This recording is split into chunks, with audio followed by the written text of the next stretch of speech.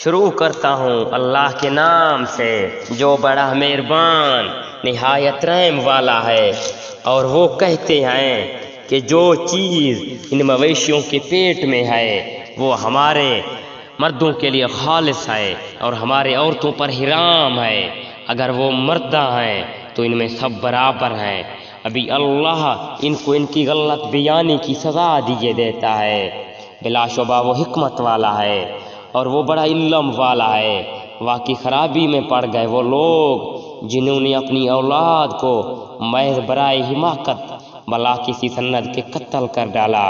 جو چیزیں ان کو اللہ تعالیٰ نے کھانے پینے کو دی تھی ان کو حرام کر لیا، محض اللہ تعالیٰ پر افطرا باندھنے کے طور پر۔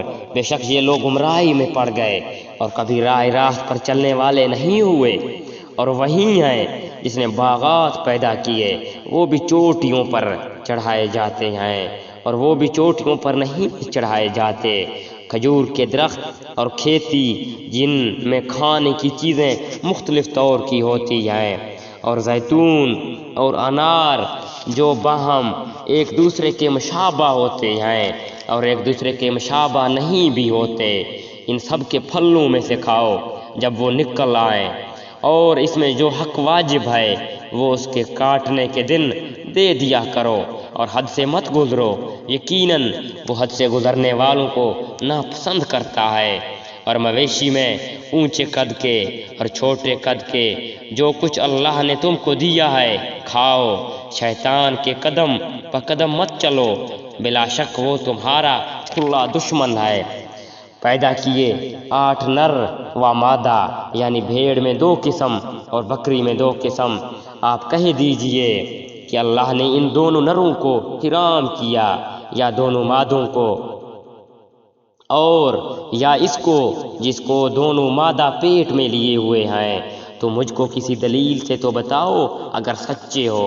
اور اونٹ میں 2 قسم اور گائے میں 2 قسم۔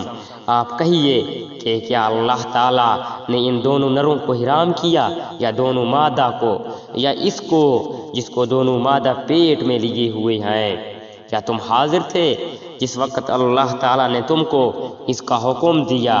تو اس سے زیادہ ظالم کون ہوگا جو اللہ تعالیٰ پر بلا دلیل جھوٹی تہمت لگائے تاکہ لوگوں کو گمراہ کرے۔ یقین اللہ تعالیٰ ظالم لوگوں کو راستہ نہیں دکھلاتا۔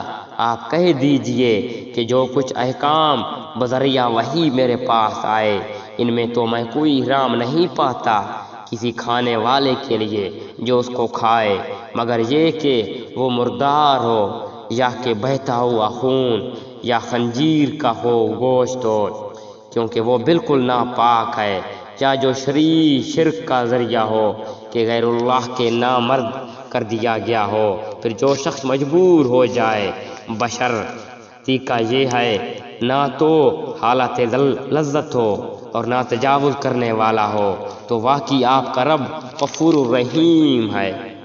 اور یہود پر ہم نے تمام ناخن والے جانور حرام کر دیے، اور گائے اور بکری میں سے ان دونوں کو چربیاں ان پر ہم نے حرام کر دی، مگر وہ جو ان کی پشت پر یا انگوٹھیوں پر لگی ہوئی جو ہڈی سے مل ہو، ان کی شرارت کے سبب ہم نے ان کو یہ سزا دی، اور ہم یقیناً سچے ہیں۔